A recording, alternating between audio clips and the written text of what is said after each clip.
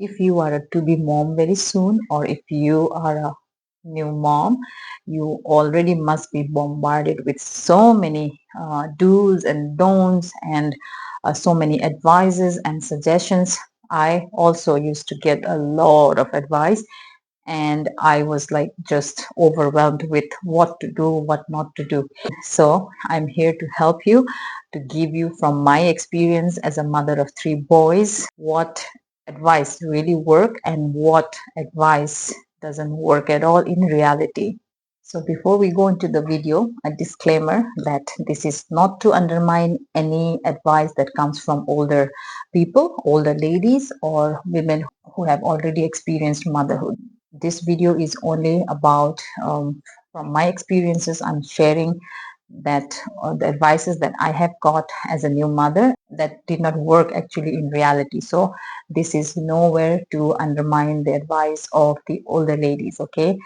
Because I love older women. I love hearing experiences and stories, and I personally myself, I like talking to the older women who are in different stage and different season and learn from them. So I honor them, I regard them. But this video is about the things that I received as an advice, but when I tried to do it, it did not work in reality.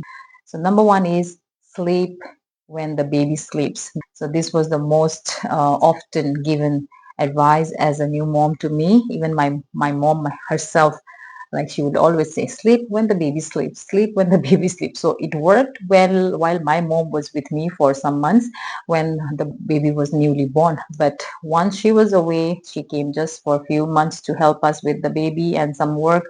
But after she left, we had no house help, only husband and I. And most of the time, husband also will be out for work.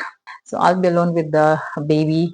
So this advice that sleep when the baby sleeps, it did not work in reality at all, because once the baby sleeps, there are other many things that we have to do. There are texts to answer, like messages from our friends and family members congratulating you, asking about your health, and it's the only time when you get to maybe do those things. Or there may be house chores, laundry to be done, chores, organizing clothes of your babies or yours, or maybe just self care time, which you don't get while the baby is awake. Also time, your devotional time, when you want to read some books, or you want to just have a coffee, or you just want to relax, lay down and pray about something. So when with this advice of saying that you sleep while the baby sleeps, it actually does not work in reality. So if you are a new mom, or if you are going to be a new mom very soon,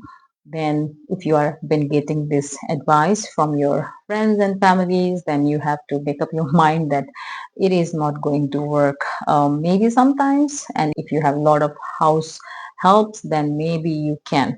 But if you are someone who have no house help, then this advice is not going to work at all.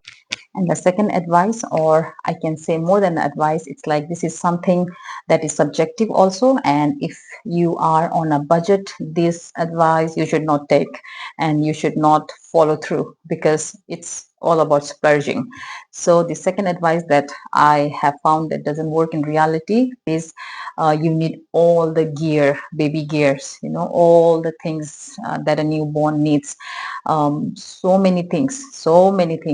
From my experience, I'm telling you, there are things, items that you don't need for your baby at all, especially if you are on a budget.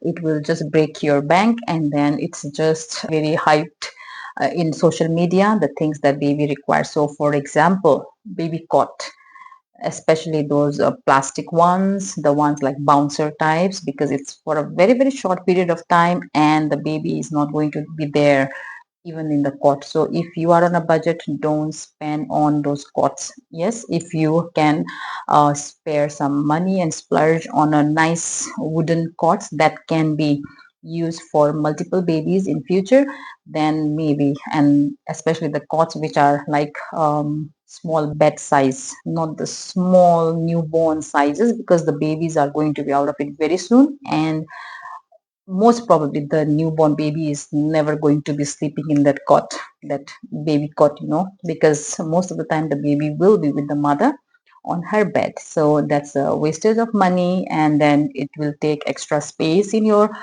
bedroom. And there are other baby gears that the social media and so many will advise you to have, but you don't need that much, like 10 bips, like the feeding bips that babies wear. One is enough.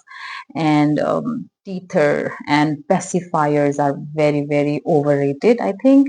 Most of the babies don't even like pacifiers. I feel like many mothers, they see on social media, and we try to follow the Western culture and then Western style so much that we want to get that for our babies, but usually it is not even good for their mouth. And teethers, babies don't need teether.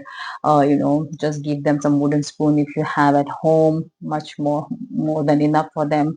But buying the special teether, babies don't even want to bite on them. Of course, if you have a lot of money to spend on, you can, but you can save your money on that walker, baby walkers. Actually, science has shown that children who are put on walkers, they walk actually slower. So best way is to put them on the floor, let them hold something, and then walk with the help of the wall or the table, in that way, natural way, they actually start walking faster, and it is much better for their development also.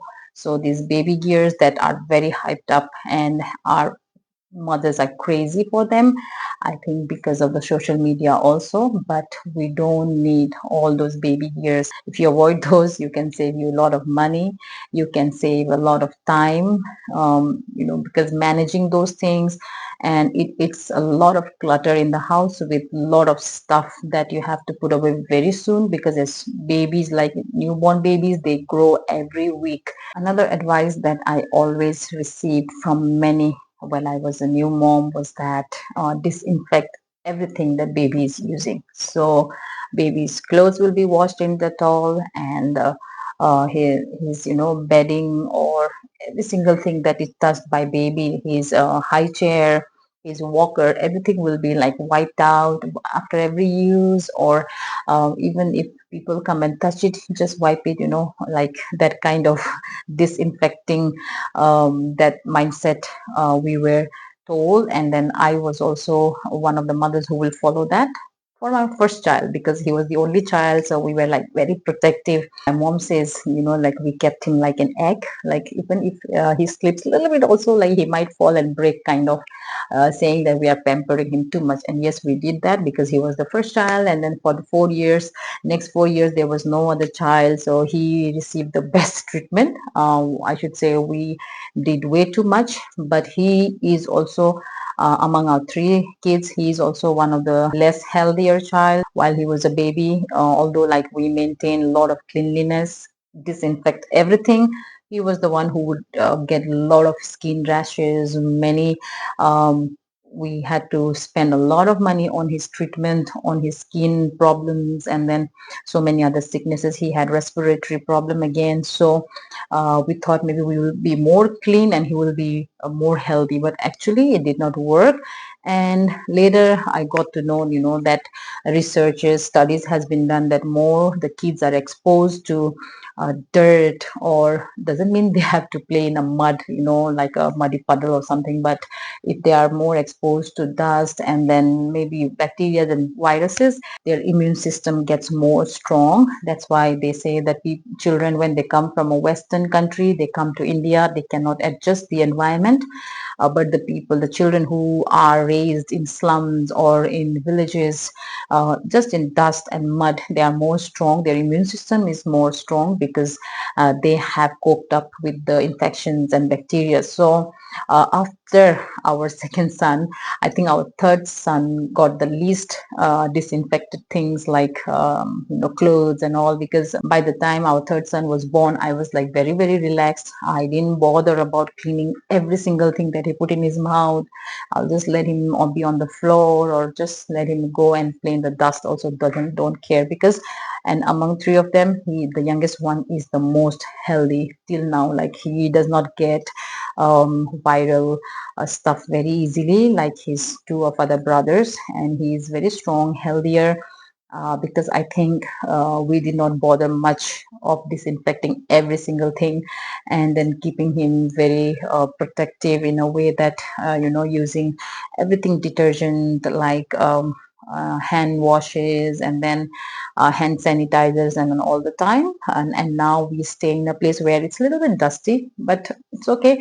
I think it's making them more, their immune system, I think it's making their immune system more strong. So I personally have um, started bothering less as we had more children in our family. So this is also one of the advice I should say did not work in reality, that more you keep clean, more you disinfect your home and your children's clothes, they will get less sick. I don't think it did not work for us, and I don't think it will work for you also. So if you are towards the perfectionist side where you have OCD type, where you want to clean everything, I would say I'm not a doctor. Don't take my advice as a doctor's prescription, but take it as a mother's experience, that expose your children to a little bit of dirt and dust. Also, it's okay, unless like they have some allergic problem with dust or anything. Yes, because dust allergy is a real problem with children. But if not like any allergy, specific allergies, you can let them experience, mud, sand, soil, anything, no problem. So because there are children in the world, like even in our country, India, there are so many kids, they grow up in villages without any disinfect. They don't even use soap sometimes, which I don't recommend, of course. You should wash your hands with soaps, but they grow up and then they're fine. I have actually seen children who are grown like that. They are very, very strong. They are very healthier actually. And also I have seen parents who like they want to protect their children from sun and the dust all the time, so they don't let the children go out in the sun, which I also used to do with my first son. We were in Delhi, very less sun, and then it will be hot and humid outside, so we will keep him inside, and we'll say he will be dark and he will be dull and he will have dust, all these things. But studies have shown, researchers have shown that vitamin D is very, very important for ourselves, for our children as well. So our children, if we want to keep them more healthy, they should be exposed to vitamin D sun. So after 3 kids, like they are playing in the sun, they get dark, thus their color is not like what they were when they were born, but I don't care because they are getting vitamin D and they are not getting sick as often as before. So these are the changes that I have made. And also like the advice that don't keep them in the sun, dust or soil, that hasn't worked for me, for our family. So I don't know what advice you are getting. So if there are advice as a new mother or as a going to be mom you are getting, I think you should consider them, hear them, analyze them, and if there are these advices you are getting, maybe you can think over it and then see whether it will work for you or not. Or if you are a mother who have already experienced these things, please share in the comment what advice you have got and which have not worked in reality. I'll be really happy to read that. So thank you so much for watching. Consider subscribing. Bye.